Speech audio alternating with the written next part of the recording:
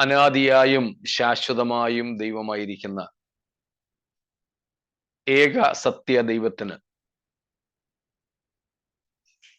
ക്രിസ്തുവേശു മുഖാന്തരം ഇന്ന് രാത്രിയിലും മഹത്വവും സ്തുതിയും ഉണ്ടാകുമാറാകട്ടെ. നമ്മുടെ പാപങ്ങൾക്ക് ശാശ്വത പരിഹാരം വരുത്തി മഹിമയുടെ വലഭാഗത്ത് തന്റെ ശത്രുക്കൾ പാദപീഠം ആകുന്നത് കാത്തിരിക്കുന്ന നമ്മുടെ കർത്താവും രക്ഷിതാവുമായ യേശുക്രിസ്തുവിന്റെ നാമത്തിൽ ഉള്ള വന്ദനങ്ങൾ എല്ലാവർക്കും സ്നേഹത്തോടെ അറിയിക്കുന്നു. ഒരു ഞായറാഴ്ചയ്ക്ക് ശേഷം, നമ്മുടെ ഇടവേളയ്ക്ക് ശേഷം വീണ്ടും നമുക്ക് ദൈവ സന്നിധിയിലേക്ക് വചനവുമായി അടുത്തു വരുവാൻ ദൈവം ഒരുക്കിയ വിലപ്പെട്ട അവസരത്തിനായിട്ട് ദൈവത്തെ വാഴ്ത്തുകയാണ്, കർത്താവിനെ സ്തുതിക്കുകയാണ്. നാം പഠിക്കുന്ന ദൈവത്തിന്റെ വചനം നമ്മുടെ ജീവിതത്തെ രൂപാന്തരപ്പെടുത്തുമാറാകട്ടെ എന്ന് കർത്താവിനോട് ആഗ്രഹിക്കുന്നു. നാം പഠിക്കുന്ന വചനം നമ്മിൽ മാറ്റം വരുത്തുന്നില്ലെങ്കിൽ നാം കേൾക്കുന്നത് നമുക്ക് ശാപവും ന്യായവിധിയും, അതായത് ശിക്ഷാവിധിയുമായിട്ട് തീരും.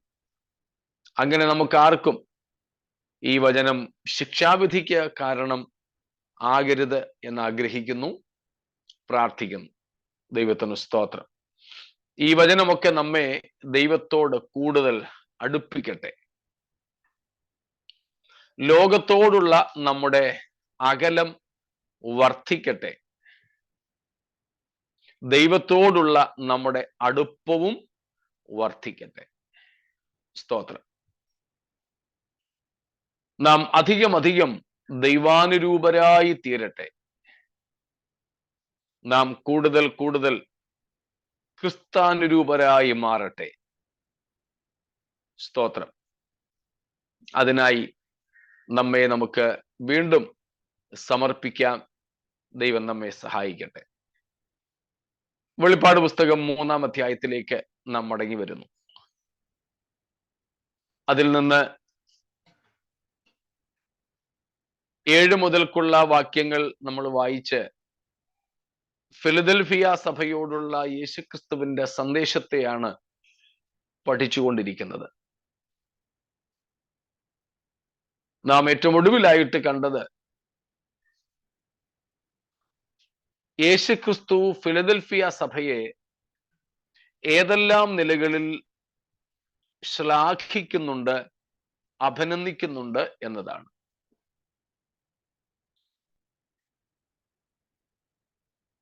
നാം ഇതിനോടകം കണ്ടു ഏതാണ്ട് 6ഓളം കാര്യങ്ങൾ, അല്ലെ? ഏറ്റവും ഒടുവിലത്തേത് നമ്മൾ ആ വിഷയത്തിൽ പഠിച്ചത് കുറ്റമൊന്നും പറയാനില്ലാത്ത ഒരു സഭ.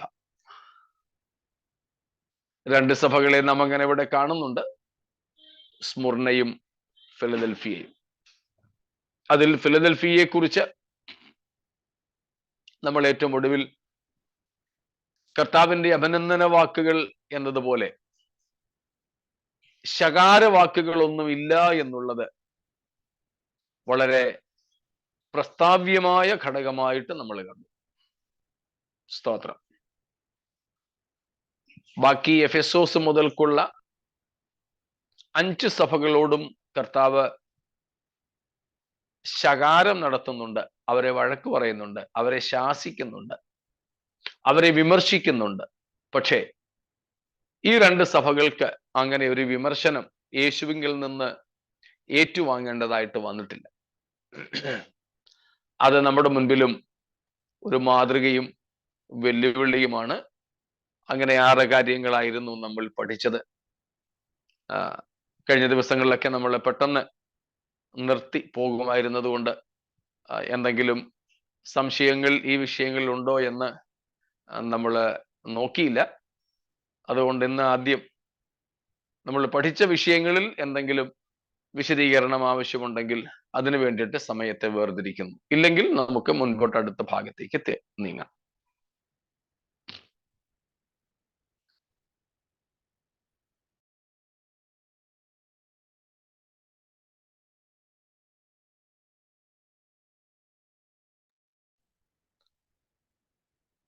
അങ്ങനെയൊന്നും ഇല്ല എന്ന് നിങ്ങളുടെ മൗനത്തിൽ നിന്നും ഞാൻ മനസ്സിലാക്കുന്നു. സ്തോത്രം. കർത്താവ് നമ്മെയും അഭിനന്ദിക്കുവാൻ, കർത്താവിൽ നിന്ന് നമുക്കും പുകഴ്ച ലഭിക്കുവാൻ ഇടവരട്ടെ. സ്തോത്രം. മനുഷ്യരുടെ പുകഴ്ച നമുക്ക് വേണ്ട. ആരെങ്കിലും പുകഴ്ത്തുന്നെങ്കിൽ പുകഴ്ത്തിക്കോട്ടെ, ഇകഴ്ത്തുന്നെങ്കിൽ ഇകഴ്ത്തിക്കൊള്ളട്ടെ. എന്നാൽ ഒരു മനുഷ്യന്റെയും പുകഴ്ച പ്രാപിക്കുന്നതിന് വേണ്ടി മനഃപൂർവ്വ ശ്രമങ്ങളൊന്നും നാം നടത്താതിരുന്നാൽ മാത്രം മതി. സ്തോത്രം. പിന്നെ ഇന്ന് പുകഴ്ത്തുന്നവർ നാളെ ഇകഴ്ത്തുകയും ചെയ്യും. ഇന്ന് യേശു എന്ന് വിളിക്കുന്നവർ നാളെ ഇബ്ലീസ് എന്ന് വിളിക്കും. അത് സ്വാഭാവികമാണ്. അതുകൊണ്ട് മനുഷ്യർ അഥവാ പുകഴ്ത്തിയാലും നമ്മൾ പൊങ്ങാതിരിക്കുക. അങ്ങനെയാണെങ്കിൽ അവര് താഴ്ത്തുമ്പോൾ നമ്മൾ താഴെ വീഴാതെ ഇരിക്കും. സ്തോത്രം. കർത്താവ് നമ്മെ കാണുന്നത് പോലെ നമ്മെ കാണുവാൻ നമുക്കും കൃപ ദൈവം തരട്ടെ. മനുഷ്യന് നമ്മെക്കുറിച്ചുള്ള അഭിപ്രായത്തെക്കാൾ ദൈവത്തിന് നമ്മെക്കുറിച്ചുള്ള അഭിപ്രായമാണ് വലുത്, വിലയേറിയത് എന്ന തിരിച്ചറിവ് നമുക്കേവർക്കും എപ്പോഴും ഉണ്ടാകട്ടെ എന്നും ഞാൻ ആഗ്രഹിക്കുന്നു. സ്തോത്രം. ശരി, ഇതുവരെയുള്ള ഭാഗങ്ങളിൽ വിശദീകരണം വേണ്ടതായിട്ടൊന്നുമില്ല എങ്കിൽ നമുക്ക് അടുത്ത ഭാഗത്തേക്ക് പോകാം. അടുത്ത ഭാഗം നമ്മൾ മറ്റ് സഭകളെ സംബന്ധിച്ച് പഠിച്ചുകൊണ്ടിരുന്നത് കമൻഡേഷൻ കഴിഞ്ഞാൽ പിന്നെ കണ്ടംനേഷൻ, അനുമോദനം കഴിഞ്ഞാൽ പിന്നെ ശകാരവും ശാസനയുമാണ്. എന്നാൽ ഇവിടെ നമ്മൾ ഓൾറെഡി പറഞ്ഞു കഴിഞ്ഞു, ഫിലദൽഫിയ സഭയോട് കർത്താവ് അങ്ങനെ ശാസനകളൊന്നും പങ്കുവെക്കുന്നില്ല. അതുകൊണ്ട് നമുക്ക് ആ ഭാഗം ഈ സഭയുള്ള ബന്ധത്തിൽ ആവശ്യമില്ല. No condemnation, no criticism, no negative comments. Philadelphia സഭയെ കുറിച്ച് അങ്ങനെയൊന്നും കർത്താവ് ഇവിടെ പറയുന്നില്ല. ഇനി നമുക്ക് അടുത്തതായി നോക്കാനുള്ളത് വാണിങ്സ്. എന്തെല്ലാം മുന്നറിയിപ്പുകളാണ്, താക്കീതുകളായിട്ടല്ല മുന്നറിയിപ്പുകളായി നൽകുന്നത്. താക്കീത് ശാസനയുടെ രൂപത്തിലാണെങ്കിൽ മുന്നറിയിപ്പുകൾ ശാസനകളായിട്ടല്ല, വളരെ സകാരാത്മകമായി, വളരെ പോസിറ്റീവായി കൊടുക്കുന്ന, അപകടത്തിൽ പെടാതിരിക്കുന്നതിനുള്ള, വീഴ്ച ഭവിക്കാതിരിക്കുന്നതിനുള്ള സൂചനകൾ മാത്രമാണ്, അപായ സൂചനകളാണ്. അപ്പോൾ ഇവിടെ നാം കാണുന്ന വാണിങ്സ്, മുന്നറിയിപ്പുകൾ, കുറ്റമൊന്നും പറയാനില്ലാത്ത സഭയ്ക്ക് ചില സൂചനകൾ നൽകുകയാണ്, അവരുടെ അവസ്ഥയിൽ നിന്നും അവര് വീണുപോകാതിരിക്കേണ്ടതിന്. സ്തോത്രം. ഒരു ഒരുക്കത്തിന് വേണ്ടി, ഒരു തയ്യാറെടുപ്പിന് വേണ്ടി. സ്തോത്രം. ഇപ്പോഴത്തെ അവരുടെ അവസ്ഥയിൽ നിന്നും വീണുപോകാതിരിക്കേണ്ടതിന് വേണ്ടി, അതിനുവേണ്ടിയാണ് കർത്താവ് അവരോട് ഈ കാര്യങ്ങൾ പറയുന്നത്.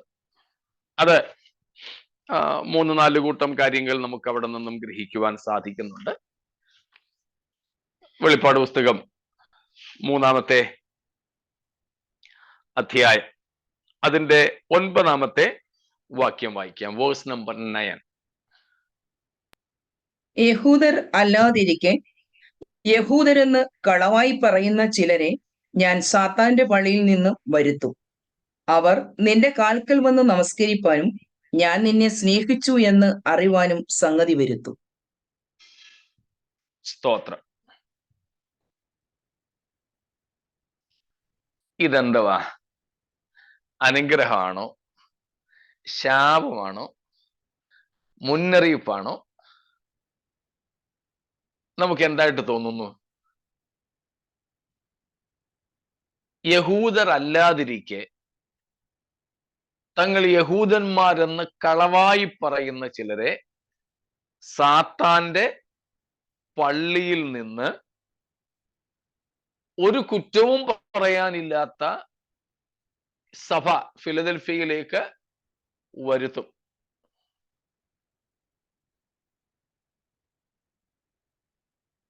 ഇതെന്താ?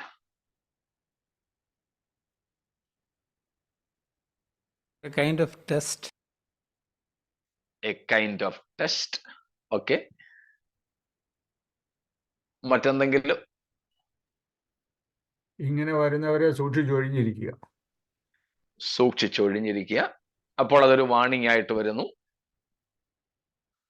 മറ്റൊന്ന്, ഒരു കമന്റ് വന്നിരിക്കുന്നത്, it's A promise and an encouragement. Okay,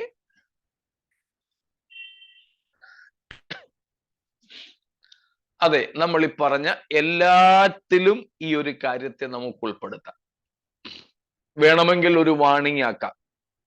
ഇങ്ങനെ സംഭവിക്കും കേട്ടോ, അന്ന് വീഴരുത്, സൂക്ഷിച്ചോണം എന്ന ഒരു സൂചനയാകാം.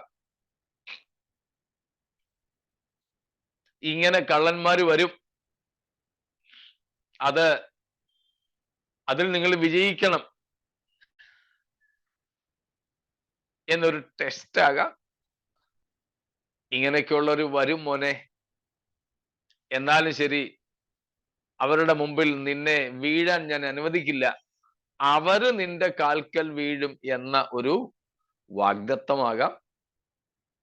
അതവരെ ധൈര്യപ്പെടുത്തുന്നതാകാം. ഈ എല്ലാ അർത്ഥത്തിലും നമുക്ക് ഈ ഒരു വാചകത്തെ ഉൾക്കൊള്ളാം. ഞാൻ ഇവിടെ അധികവും അതൊരു വാണിങ്ങിനോട് ചേർത്താണ് പറയുന്നത്.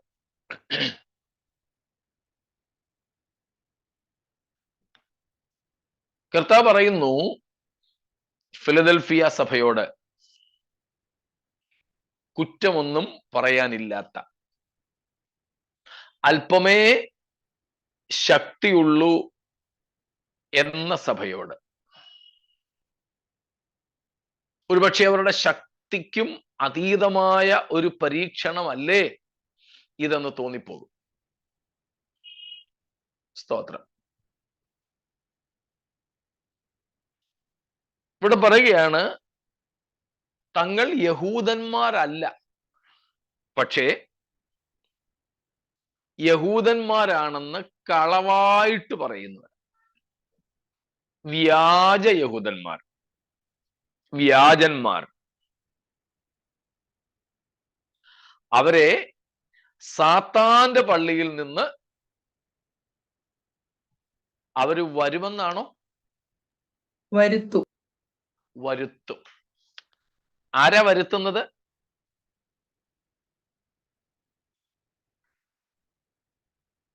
സാത്താനാണോ? അല്ല, കർത്താവ് തന്നെ. വലിയ ആത്മീയ പാഠങ്ങൾ നമുക്ക് പഠിക്കാനുണ്ട്.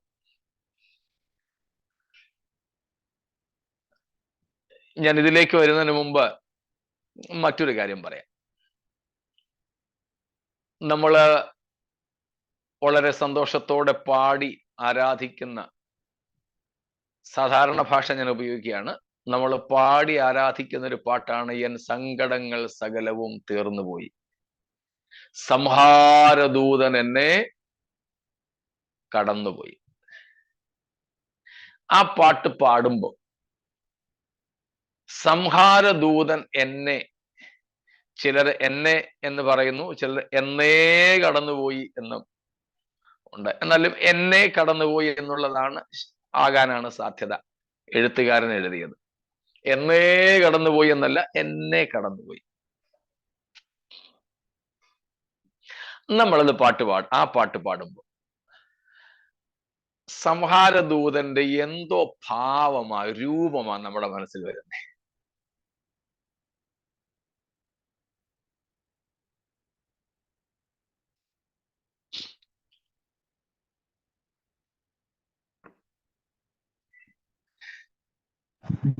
ഇസ്രായേൽ മക്കളെ കടന്നുപോയതായിട്ടുണ്ട്, അതിന്റെ ഒരു ഓർമ്മയ്ക്കായിട്ടാണ് തോന്നുന്ന പാട്ട് എഴുതിയേക്കുന്നത്.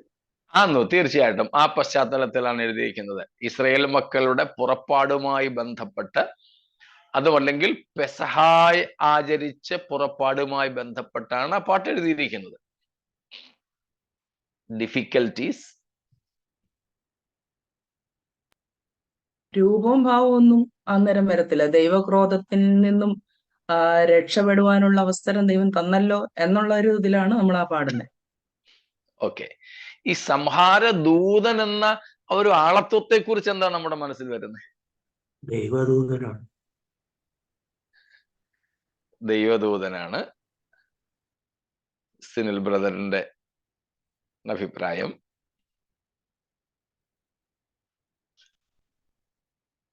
ഏഞ്ചൽ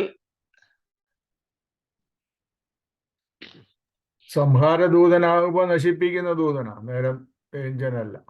എന്തായാലും രക്ഷയുടെ അനുഭവത്തിലേക്ക് കൊണ്ടുവരുന്ന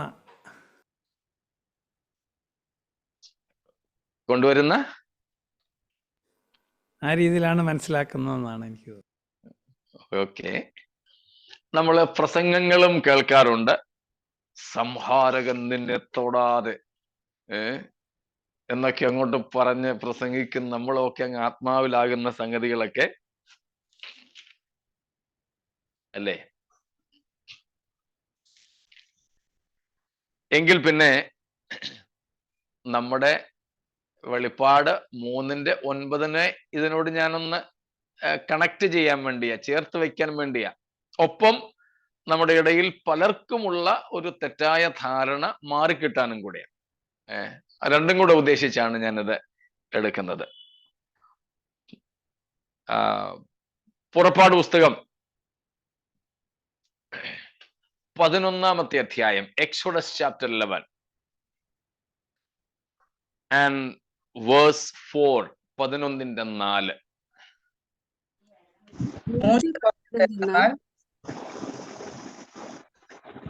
മോശ പറഞ്ഞതെന്തെന്നാൽ, യഹോവ ഇപ്രകാരം അരുളി ചെയ്യുന്നു, അർദ്ധരാത്രിയിൽ ഞാൻ മിസ്രയീമിന്റെ നടുവിൽ കൂടി പോകും. അപ്പോൾ സിംഹാസനത്തിലിരിക്കുന്ന മതി. എന്താ മനസ്സിലായി രാജു ബ്രദറെ?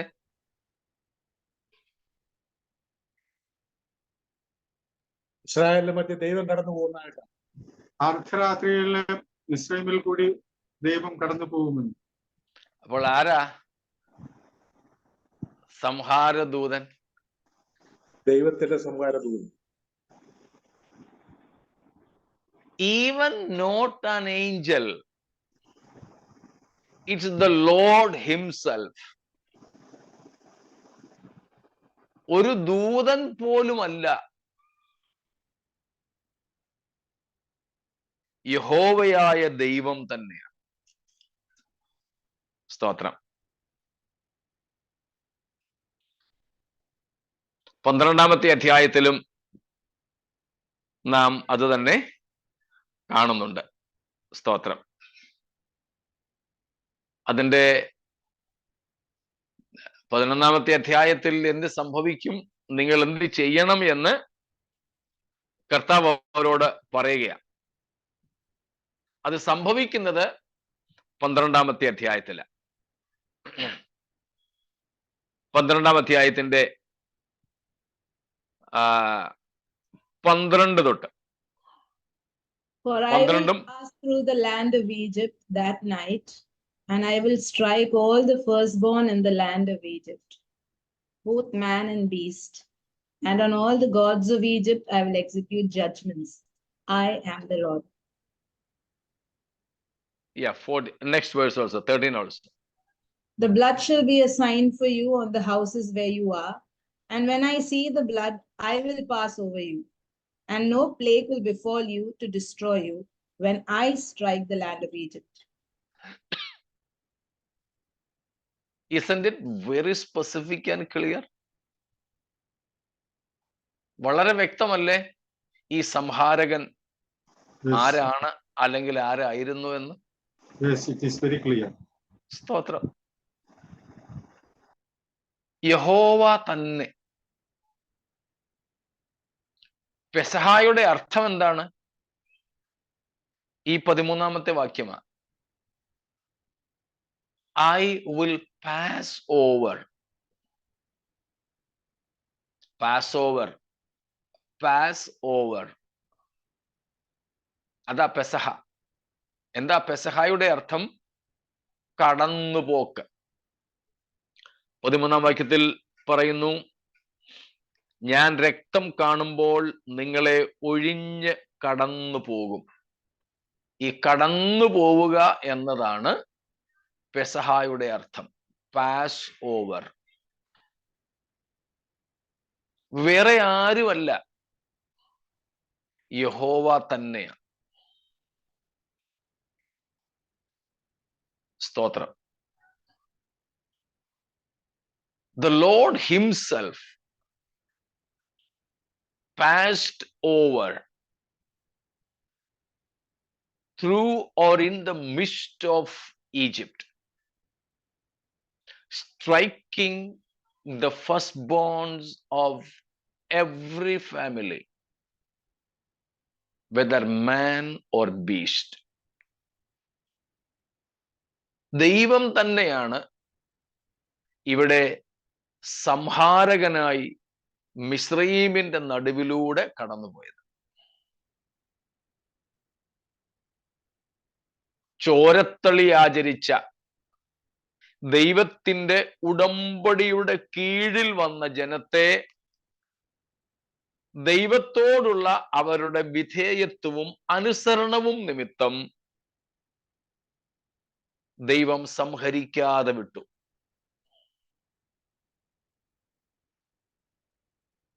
സ്തോത്രം. ഇവിടുത്തെ രക്തത്തിന് പ്രത്യേക അർത്ഥമൊന്നുമില്ല. ഇവിടുത്തെ രക്തത്തിന്റെ ഒരു സൂചനയുണ്ട്. സാധാരണ ഭാഷയിൽ, വേദപുസ്തക വ്യാഖ്യാന ഭാഷയിൽ പറഞ്ഞാൽ നിഴലും പൊരുളും. ഈ രക്തം ഇവിടെ വെറും ഒരു ഷാഡോ, ഒരു നിഴൽ മാത്രമാണ്. Of A reality, A future reality, A future truth. ഒരു ഭാവി പൊരുളിന്റെ, ഭാവിയിൽ സംഭവിക്കുവാനിരിക്കുന്ന ഒരു യാഥാർത്ഥ്യത്തിന്റെ വെറും നിഴൽ മാത്രമാണ് ഇവിടെ നടന്ന പെസഹ. നമുക്കതറിയാം. അത് നമ്മുടെ കർത്താവായ യേശുക്രിസ്തുവിന്റെ ക്രൂശ് മരണത്തിന് ഒരു പ്രതീകമാണ്. നമ്മുടെ പെസഹ കുഞ്ഞാടായി ദൈവത്തിന്റെ കുഞ്ഞാടായ ക്രിസ്തു ക്രൂശിക്കപ്പെട്ടു, രക്തം ചീന്തി. ഇവിടുത്തെ രക്തത്തിന് പ്രത്യേക ശക്തി ഒന്നുമില്ല. ഈ ആടിന്റെ രക്തത്തിന് പ്രത്യേക ശക്തി ഒന്നുമില്ല. എന്നാൽ രക്തത്തിനുള്ള ശക്തിയേക്കാൾ ജനത്തിന്റെ അനുസരണവും വിശ്വാസവും വിധേയത്വവുമാണ് ദൈവീക ശിക്ഷാവിധിയിൽ നിന്ന് ജാതികളായ മിസ്രയീമ്യരോടുകൂടെ ഇവർ മരിക്കാതിരിക്കുവാൻ കാരണമായി തീർന്നത്. സ്തോത്രം. അപ്പോൾ ഇവിടുത്തെ സംഹാരകൻ എന്ന് പറയുന്നത് ദൈവം തന്നെയാണ്. ദൈവം നേരിട്ട് തൻ്റെ ജനത്തിന്റെ ഉദ്ധാരണത്തിനായി ഇറങ്ങി വന്ന ഒരു മഹനീയമായ അവസ്ഥയാണത്. സ്തോത്രം. ഇവിടെ ഒരു ദൂതനെ പോലുമല്ല ദൈവം അയച്ചത്. യഹോവ തന്നെ അക്ഷരീയമായി മിസ്രയീമിന്റെ നടുവിലൂടെ ദൈവം ഇറങ്ങി നടന്നു. തൻ്റെ ചോരത്തളി ആചരിച്ച, അല്ലെങ്കിൽ കൽപ്പനയ്ക്ക് പൂർണ്ണമായും വിശ്വാസത്തോടെ വിധേയപ്പെട്ട് അനുസരിച്ച ജനത്തിന്റെ രക്ഷയ്ക്ക് വേണ്ടി, ഉദ്ധാരണത്തിന് വേണ്ടി.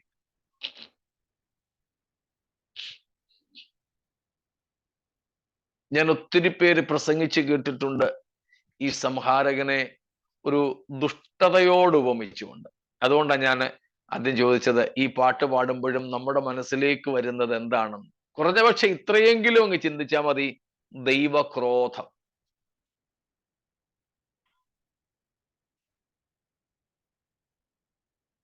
ദൈവത്തിന്റെ ഉടമ്പടിക്കകത്ത് വരാത്ത, ഉടമ്പടിക്ക് പുറത്തുള്ളവരോട് ഇടപെടുന്ന ദൈവക്രോധം,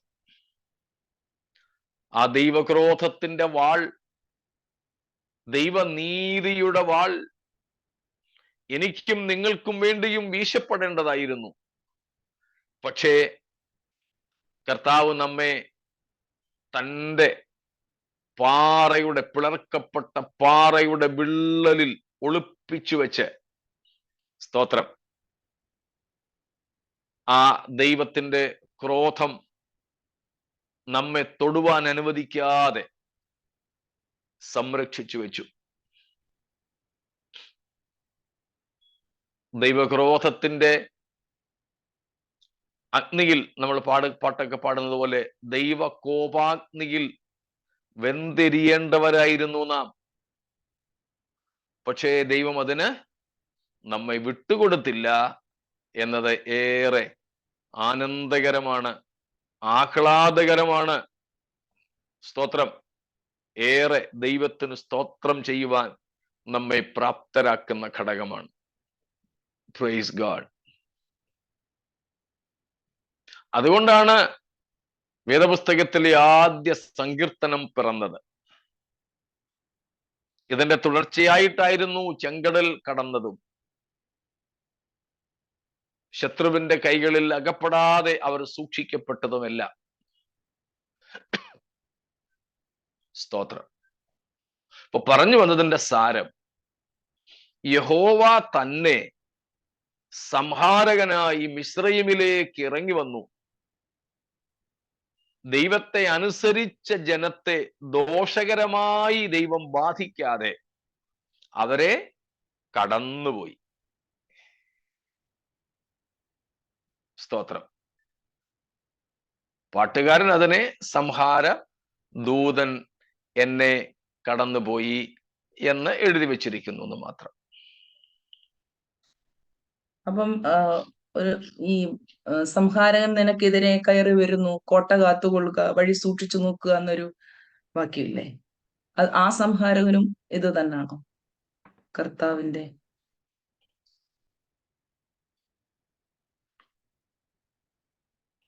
ആരോടാ അത് പറയുന്നത്? നിലവേ ദൈവത്തിന്റെ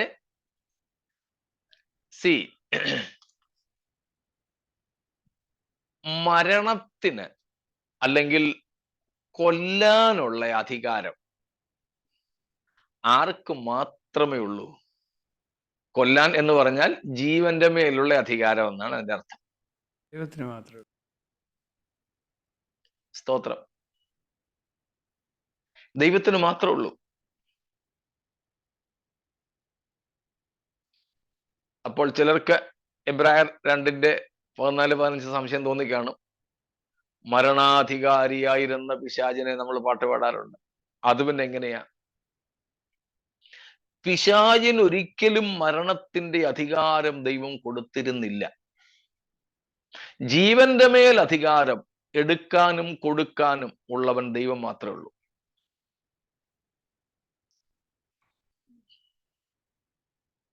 അവിടെയും പറയുന്നത് പാപം ചെയ്ത ജനത്തോടല്ലേ. അപ്പോൾ പാപം ചെയ്തവരെ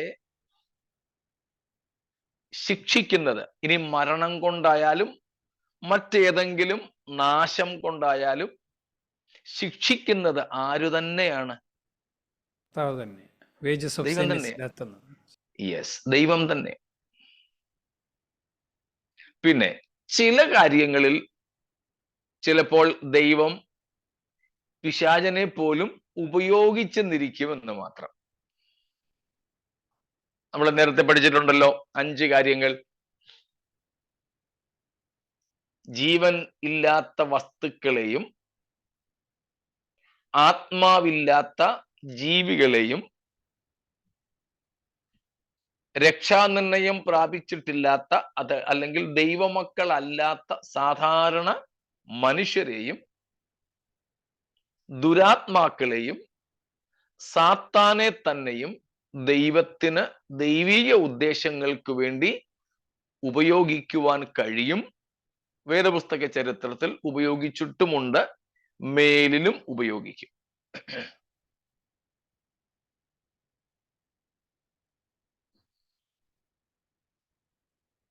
അപ്പോൾ ജീവന്റെ മേൽ അധികാരം ദൈവത്തിന് മാത്രമേ ഉള്ളൂ.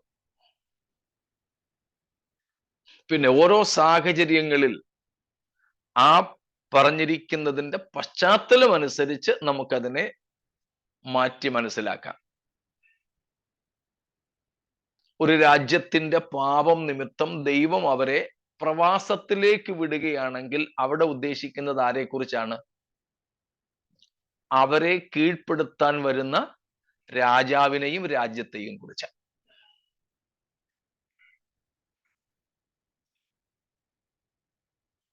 എന്നാൽ പ്രത്യേകിച്ച് നമ്മൾ ആ പാട്ട് പാടുന്നതിനകത്തെ സംഹാരദൂതൻ അല്ലെങ്കിൽ സംഹാരകൻ വേറെ ആരുമല്ല, യഹോവ തന്നെ.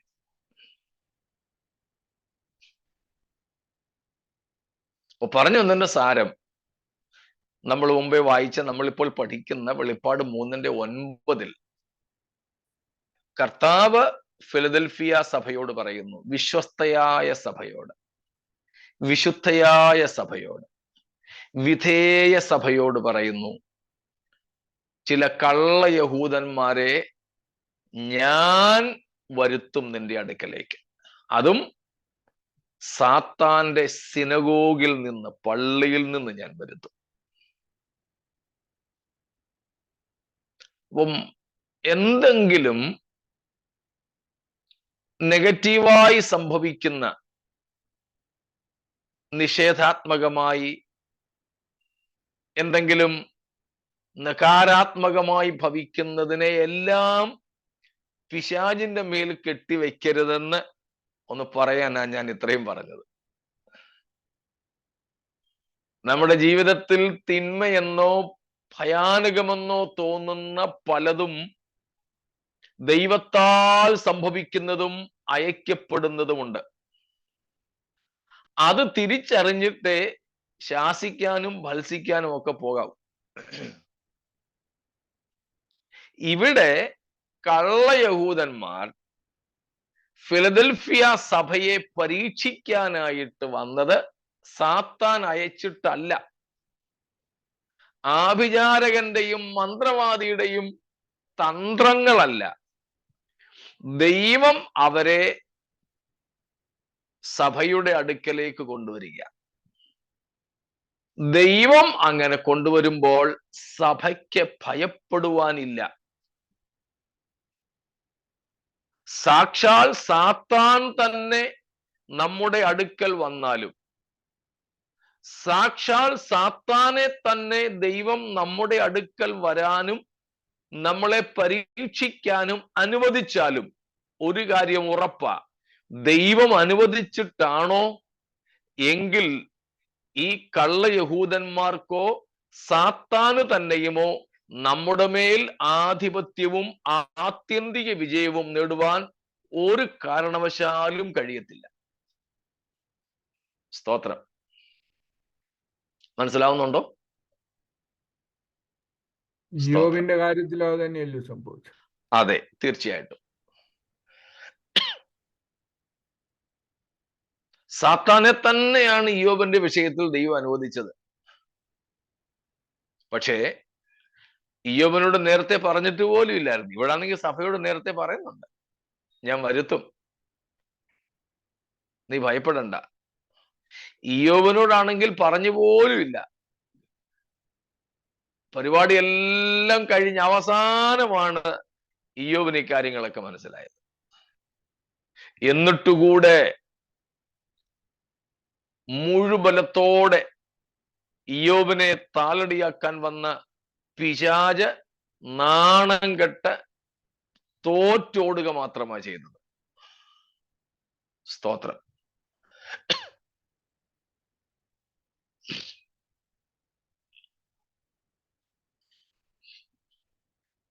നമ്മുടെ ജീവിതത്തിലും ദൈവം ചിലപ്പോൾ ഇതുപോലെ അനുവദിക്കും കേട്ടോ. ഇങ്ങനെയെങ്ങാണം ദൈവം അനുവദിച്ചാൽ ഭയപ്പെടണ്ട. ഇപ്പോൾ പറഞ്ഞതുപോലെ ഇയ്യോബിനോട് കൂടെ ഇരുന്നവൻ, ഫിലദൽഫിയ സഭയോട് കൂടെ ഇരുന്നവൻ നമ്മോട് കൂടെയും ഇരിക്കും. സാത്താന്റെ പള്ളിയിൽ നിന്നോ സാത്താന്റെ സിംഹാസനമുള്ള ഇടത്ത് നിന്നോ എത്ര വ്യാജന്മാര് വന്നാലും നമ്മുടെ മുൻപിൽ മുട്ടുകുത്താൻ ദൈവം അനുവദിക്കും. അവയുടെ മുമ്പിൽ മുട്ടുകുത്താൻ ദൈവം തന്റെ സഭയെ, തന്റെ വിശുദ്ധന്മാരെ അനുവദിക്കുകയില്ല. സ്തോത്രം.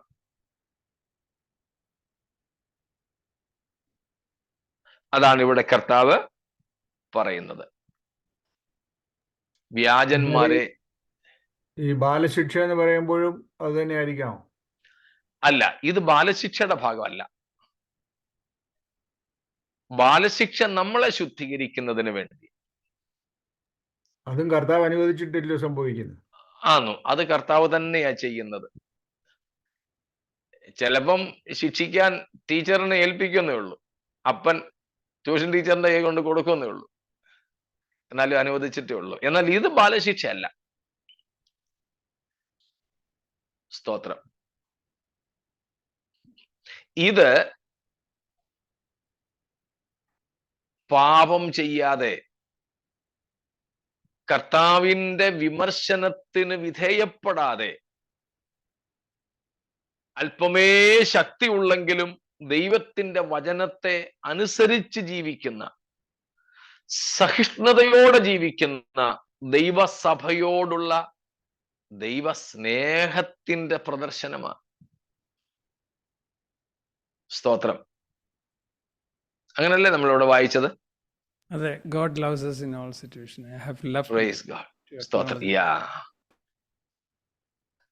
ഞാൻ നിന്നെ സ്നേഹിക്കുന്നു എന്ന് അറിവാനും സംഗതി വരുത്തും.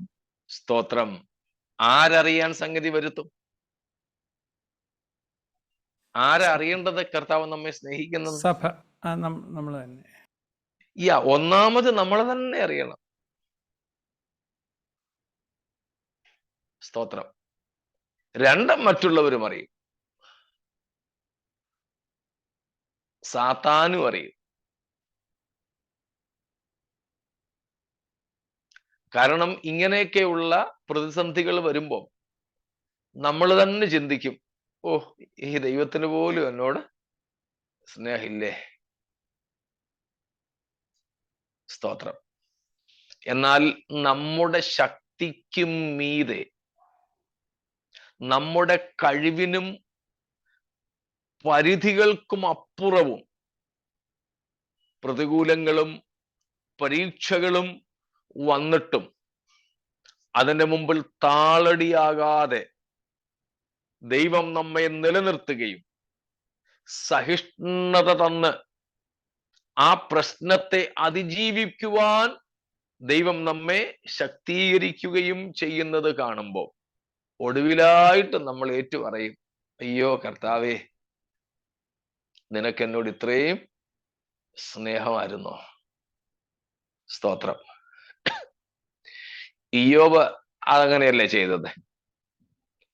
37-ാം അധ്യായം വരെ ഇയ്യോബ് ഒത്തിരി പരാതിയൊക്കെ പറഞ്ഞിട്ടുണ്ട്, പരാതിയൊക്കെ പറഞ്ഞു.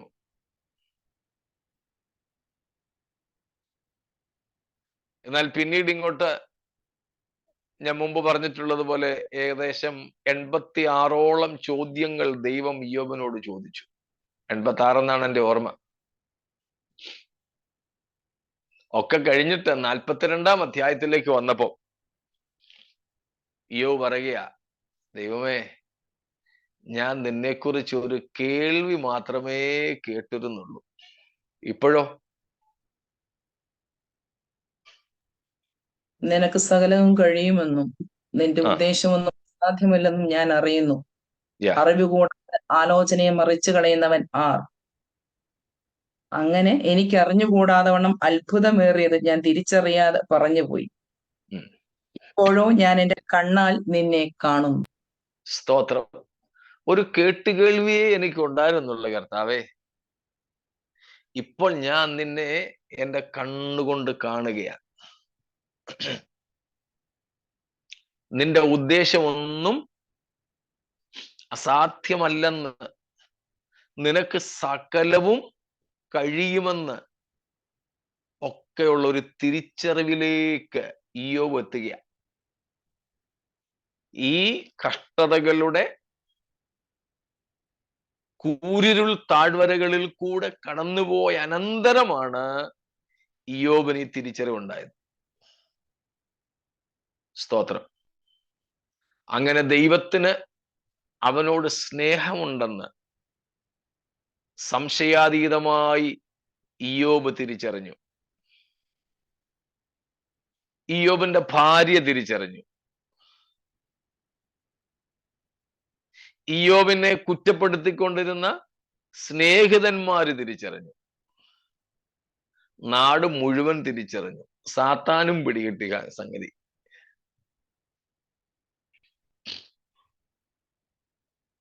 ഇതുപോലെ ഫിലദൽഫിയ സഭയോടും പറയുക. അങ്ങനെയെങ്കിൽ നാം തിരിച്ചറിയുക, ഞാനും നിങ്ങളും വിശുദ്ധരായി ജീവിച്ചാലും ജീവിതത്തിൽ ശത്രുക്കളെയും ശത്രുതയെയും അഭിമുഖീകരിക്കേണ്ടി വരും.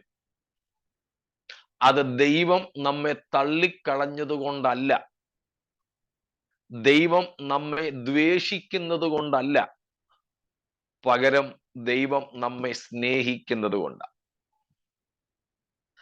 അങ്ങനെ ദൈവം നമ്മെ സ്നേഹിക്കുന്നു എന്ന് വെളിപ്പെടുത്തുക കൂടെ ചെയ്യും. എങ്ങനെ? ശത്രുവിനെ നമ്മുടെ മുൻപിൽ പരാജയപ്പെടുത്തിക്കൊണ്ട്,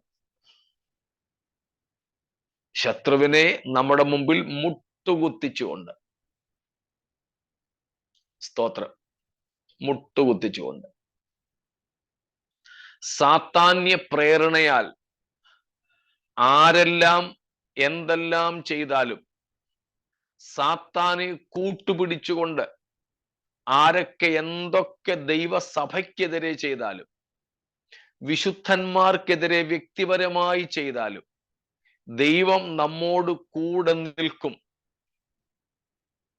ദൈവം സാത്താനെയും അവന്റെ കൂട്ടരെയും നമ്മെ പരീക്ഷിക്കുവാനും പരിശോധിക്കുവാനും അനുവദിച്ചെന്നിരിക്കും. പക്ഷേ അവര് വരുമ്പം നമ്മെ ഇട്ടിട്ട് പോകത്തില്ല. സ്തോത്രം. മറ്റൊരർത്ഥത്തിൽ പറഞ്ഞാൽ, സ്തോത്രം, our lord is not a hireling, he is an owner shepherd.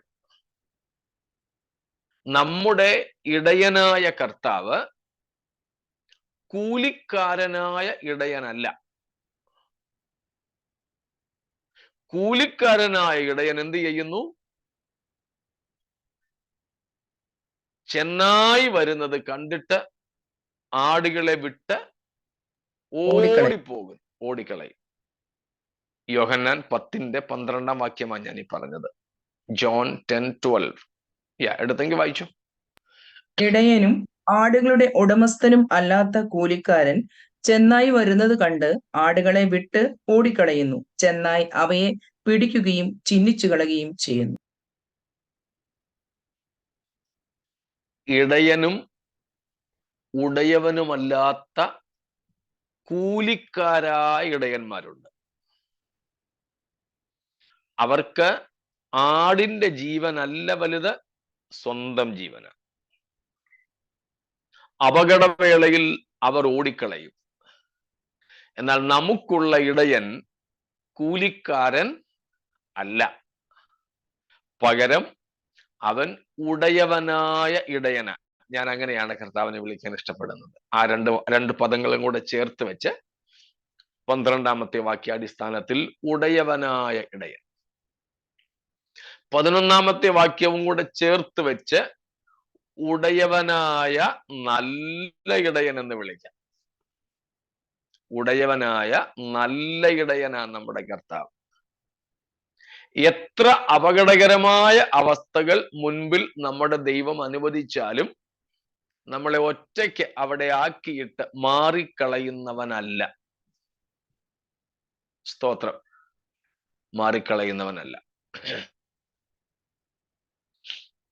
ആ വലിയ ധൈര്യപ്പെടുത്തൽ, ആ വലിയ വാഗ്ദത്തം, ആ ഒരു മുന്നറിയിപ്പ് ഒക്കെ ഇവിടെ ദൈവസഭയ്ക്ക് കർത്താവ് നൽകുകയാണ്. സ്തോത്രം. നാം സ്മരണയോടുള്ള ബന്ധത്തിലും ഇതേ സംബന്ധിച്ച് പഠിച്ചിരുന്നത് കൊണ്ട് കൂടുതൽ വിശദീകരണം ഇനിയും ആ വിഷയത്തിൽ വേണ്ടെന്ന് കരുതുന്നു. ഈ 7 സഭകളിൽ 4 സഭകളോടുള്ള ബന്ധത്തിൽ നമുക്ക് സാത്താനെ കാണാം.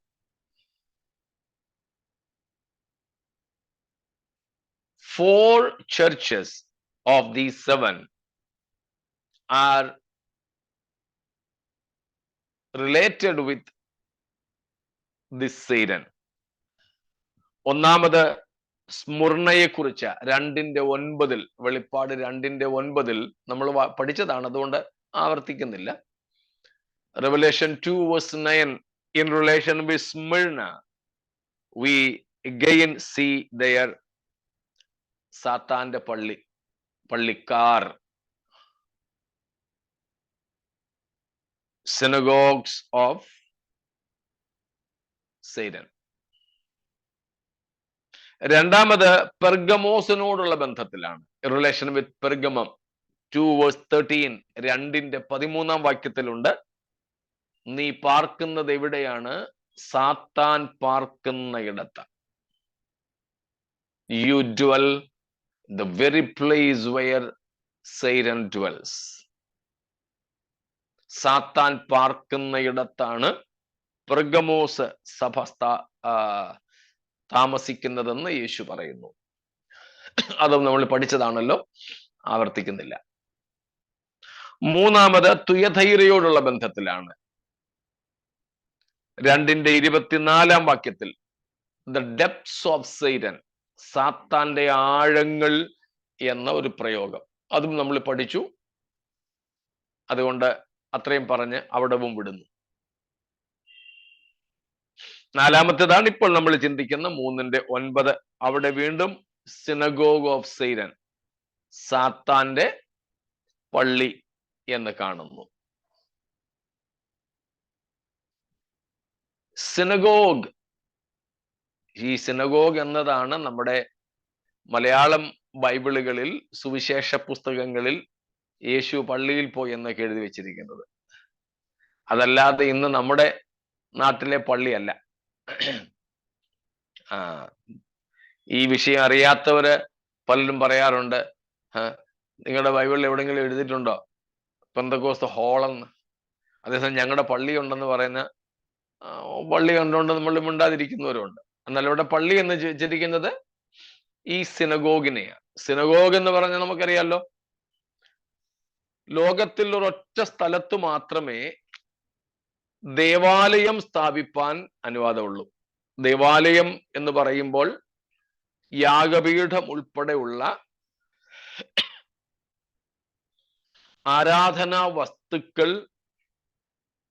വെച്ചിട്ടുള്ള ആരാധനാലയം, മന്ദിരം, ഒറ്റ ഒരു സ്ഥലത്ത് മാത്രമേ അത് പണിയാൻ അനുവാദമുള്ളൂ, യെരുശലേമിൽ. അതുകൊണ്ടാണ് ഇസ്രയേൽ ഇന്നും ദേവാലയം പണിയാതിരിക്കുന്നത്. വേറെ ഓൾട്ടർനേറ്റീവ്സ് ഒക്കെ കൊടുത്തിട്ടും അങ്ങോട്ടൊന്നും അവർ പോകാതിരിക്കുന്നത് ദൈവം അവർക്ക് അനുവദിച്ച പണ്ടത്തെ ദേവാലയം ഇരുന്ന സ്ഥലത്ത് തന്നെ പണിയണം, മറ്റൊരിടത്തും പണിയാൻ അവർക്ക് അനുവാദമില്ല. എന്നാൽ ഇസ്രായേൽ മക്കൾ ലോകത്തിന്റെ നാനാഭാഗങ്ങളിൽ പല കാരണങ്ങളാൽ ചിതറിപ്പോയി പാർക്കുമ്പോൾ അവർക്ക് ശബത്ത് തോറും ആത്മീയ കൂട്ടായ്മയ്ക്ക് വേണ്ടി കൂടി വരാൻ, യാഗം കഴിക്കാനല്ല, പ്രാർത്ഥന കഴിക്കാൻ കൂടി വരേണ്ടതിനും, തിരുവെഴുത്തുകൾ, ചർമ്മലിഖിതങ്ങളിൽ നിന്ന് തിരുവെഴുത്തുകൾ പഠിക്കേണ്ടതിനും ദേവാലയത്തിന്റെ പകരമെന്ന് പറയാൻ പറ്റില്ല, ഏതാണ്ട് ഒരു മാതൃകയിൽ പ്രാർത്ഥനാലയങ്ങൾ പണിതിരുന്നു. അവയുടെ പേരാണ് സിനഗോഗ്. അവിടെ യാഗം കഴിക്കാനോ മറ്റ് ആരാധനകൾക്കോ ഒന്നുമല്ല സ്ഥാനം. യാഗം കഴിക്കണമെങ്കിൽ യെരുശലേമിൽ പോയേ അവർക്ക് യാഗം കഴിക്കാൻ പറ്റുമായിരുന്നുള്ളൂ. എന്നാൽ ലോകജാതികളിൽ ചിതറിപ്പോയ ഇസ്രയേലിന് ശബത്ത് തോറും കൂടി വരാനും അവർക്ക് തമ്മിൽ കൂട്ടായ്മ ആചരിക്കാനും ഒരുമിച്ചിരുന്ന് ദൈവത്തോട് പ്രാർത്ഥിക്കാനും ഏറ്റവും പ്രധാനമായിട്ട് തിരുവെഴുത്തുകൾ വ്യാഖ്യാനിച്ച് പഠിക്കാനും വേണ്ടിയുള്ള ഒരു സ്ഥലം, അത്രേ ഉള്ളൂ സിനഗോഗ്.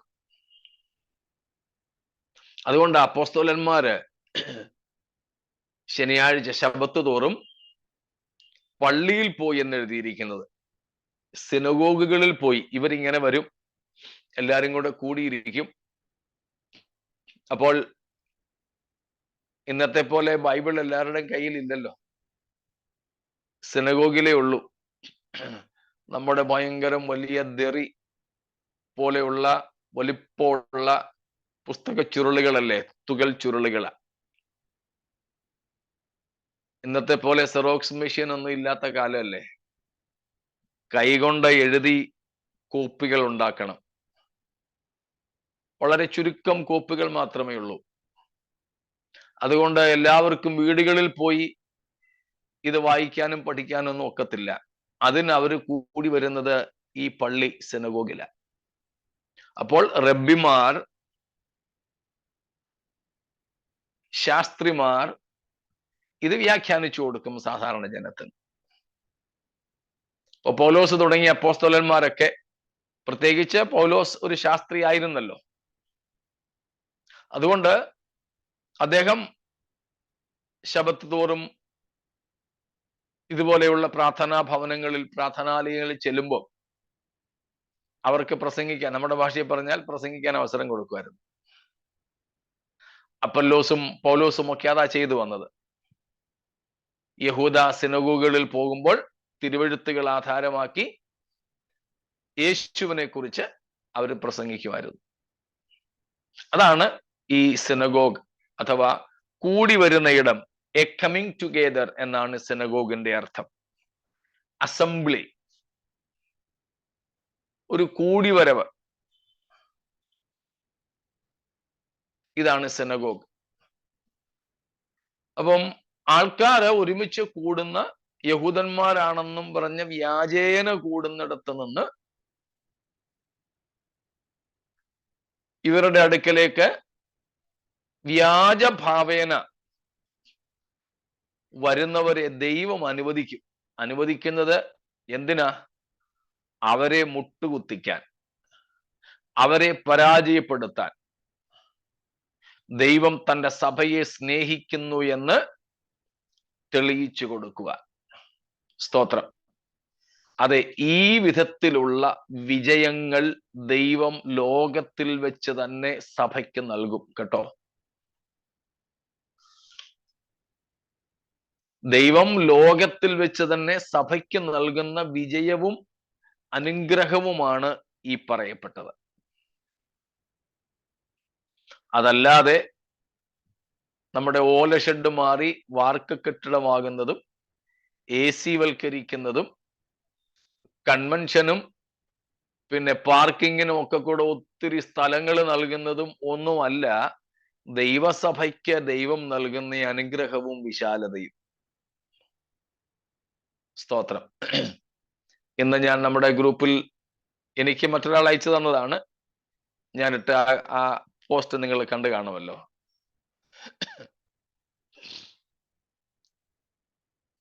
കാണാത്തവർക്ക് വേണ്ടി ഒന്ന് ഞാൻ വായിക്കാം. എനിക്ക് എന്നെ ഒരു സ്നേഹിതനെ അയച്ചു തന്ന വളരെ ഹൃദയം നൊമ്പരം തോന്നി. വളരെ യാഥാർത്ഥ്യമാണ്. Christianity in Jerusalem was a fellowship. ക്രിസ്ത്യാനിത്വം യെരുശലേമിലാ തുടങ്ങിയത്. അവിടെ ഒരു സ്നേഹ കൂട്ടായ്മയായിരുന്നു. It became a church in ആന്റിയോക്ക്. അന്ത്യോക്യയിൽ സഭ എന്ന് വിളിക്കപ്പെട്ടു തുടങ്ങി. It was ritualised in Rome. അത് റോമിലേക്ക് വന്നപ്പോൾ, പ്രത്യേകിച്ച് റോമൻ കാത്തോലിസത്തിന്റെ ഭാഗമായിട്ട് അത് കൂദാശവൽക്കരിക്കപ്പെട്ടു. കർമ്മമാർഗങ്ങളാൽ അത് പൂരിതമായി. Institutionalised in Europe. അത് യൂറോപ്പിലേക്ക് വന്നപ്പോൾ സ്ഥാപനവൽക്കരിക്കപ്പെട്ടു. സ്ഥാപനങ്ങളായി, ഇൻസ്റ്റിറ്റ്യൂഷൻസ് ആയി. It was commercialised in America. യൂറോപ്പിൽ നിന്ന് അമേരിക്കയിലേക്ക് വന്നപ്പോൾ അത് വാണിജ്യവൽക്കരിക്കപ്പെട്ടു. സഭ വാണിജ്യവൽക്കരിക്കപ്പെട്ടു, വിൽപ്പന ചരക്കായി. അവിടെ നിന്നും അത് ഇന്ത്യയിലേക്ക് വന്നപ്പോഴോ, ഇന്ത്യയിൽ സഭയെന്ന് പറഞ്ഞാൽ പ്രോജക്ട്സ് ആൻഡ് പ്രോഗ്രാംസ്. നമ്മളൊരു തേർഡ് വേൾഡ് കൺട്രി എന്ന നിലയിലും ക്രിസ്ത്യാനിത്വം ഇവിടെ മൈനോറിറ്റി, ന്യൂനപക്ഷം എന്ന നിലയിലും ഇന്ത്യയിലെ സഭകളൊക്കെ, ഈവൻ ഇപ്പൊ തന്നെ വിദേശങ്ങളിലുള്ള ചില സഹോദരങ്ങൾ നമ്മളുണ്ടല്ലോ, നമ്മുടെയൊക്കെ സഭകളിലേക്ക് ഇന്ത്യയിൽ നിന്നും വരുന്ന പരിപാടി എന്തുവാ? ഓരോ സമയത്തും ഓരോ പ്രോജക്റ്റുകൾ ഉണ്ടാക്കി പ്രസന്റ് ചെയ്യുക. പ്രോജക്റ്റിന് എന്താ വേണ്ടത്? ആളിനെയാണോ കാശാണോ? കാശ്. ഫിനാൻസ് മതി, ഫിനാൻസ്. പ്രോജക്ട്സ്, പിന്നെ പ്രോഗ്രാംസും.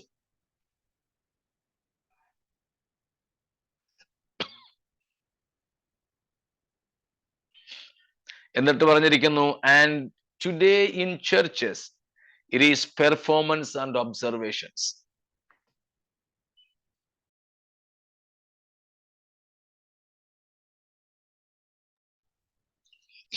സഭകളിൽ ഇന്ന് പെർഫോമൻസും ഒബ്സർവേഷൻ, പ്രോഗ്രാമുകൾ, പരിപാടികളുടെ അവതരണവും വീക്ഷണവുമാണ് നടക്കുന്നത്.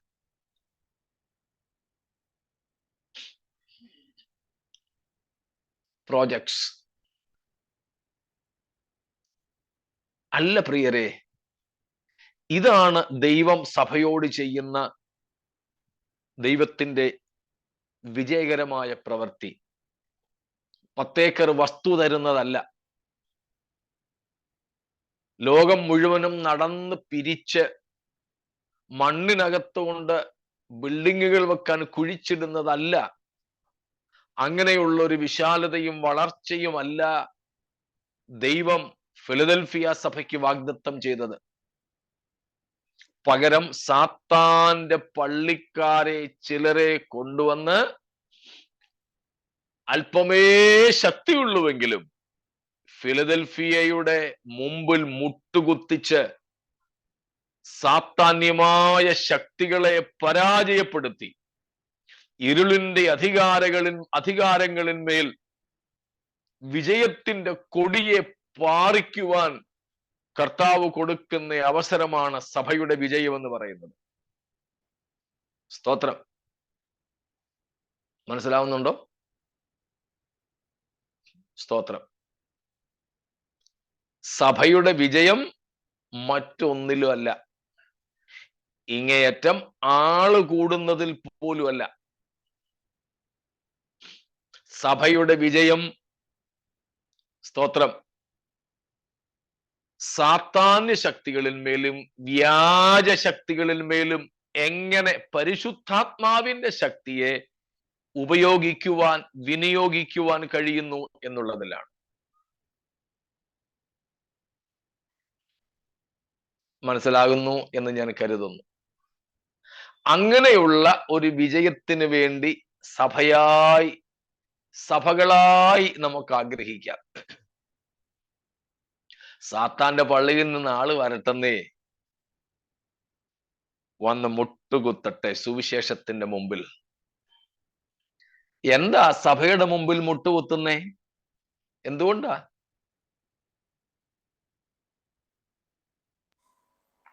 Why these enemies kneel down before the church?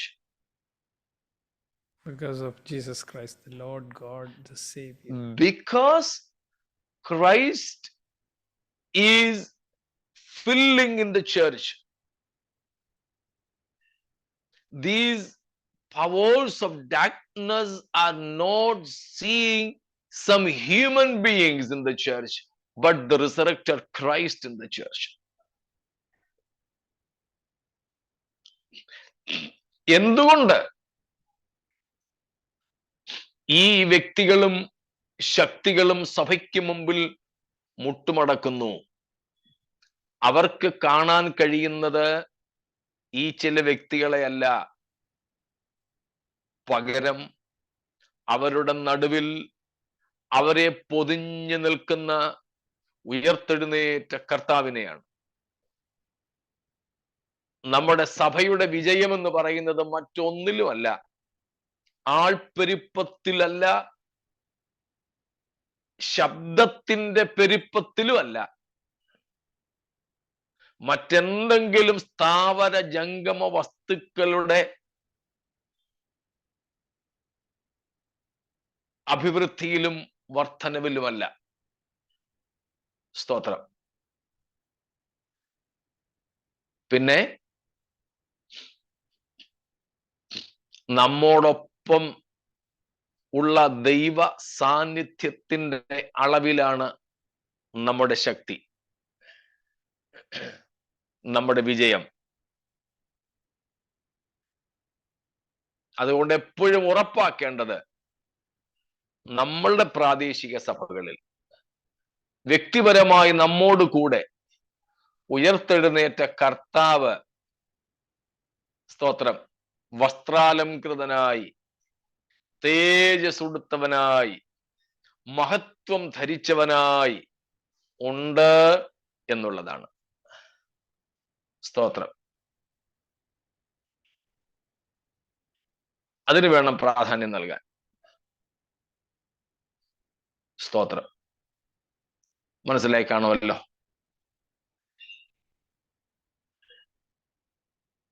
ഇത്രയും പറഞ്ഞതിൽ എന്തെങ്കിലും വിശദീകരണം വേണമെങ്കിൽ ചോദിച്ചാട്ടെ, ഇല്ലെങ്കിൽ നമുക്ക് ഇവിടെ ഇന്ന് നിർത്താം.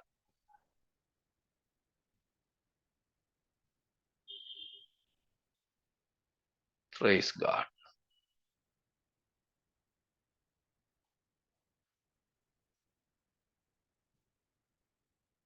ശരി, മറ്റൊന്നുമില്ല എങ്കിൽ ഈ വചനങ്ങൾ അനുസരിച്ച് ഫിലദൽഫിയ സഭയെ പോലെ ജയാളികളായി തീരാൻ ഇതൊരു അനുഗ്രഹവും വാഗ്ദത്തവും മുന്നറിയിപ്പും ഒക്കെയായി സ്വീകരിച്ചുകൊണ്ട്, കർത്താവെ, ഞങ്ങളെയും ഈ നിലകളിൽ സത്യവും ശുദ്ധവും ആയ വിജയത്തിന്റെ പാതയിലൂടെ നയിക്കണമേ എന്ന്, ഉയർത്തെഴുന്നേറ്റ കർത്താവ് നമ്മോട് കൂടെ വസിക്കണമേ എന്ന് ആഗ്രഹിച്ചും പ്രാർത്ഥിച്ചും നമുക്ക് മുൻപോട്ട് പോകാം. ഇങ്ങനെ ജയാളികളെ ചേർക്കുവാനാണ് നമ്മുടെ കർത്താവ് വരുന്നതെന്നതുകൊണ്ട് ആ കർത്താവിന്റെ വരവിനായിട്ട് ഒരുങ്ങാം. ഈ വചനങ്ങളാൽ ദൈവം നമ്മെ അനുഗ്രഹിക്കുമാറാകട്ടെ. സ്തോത്രം.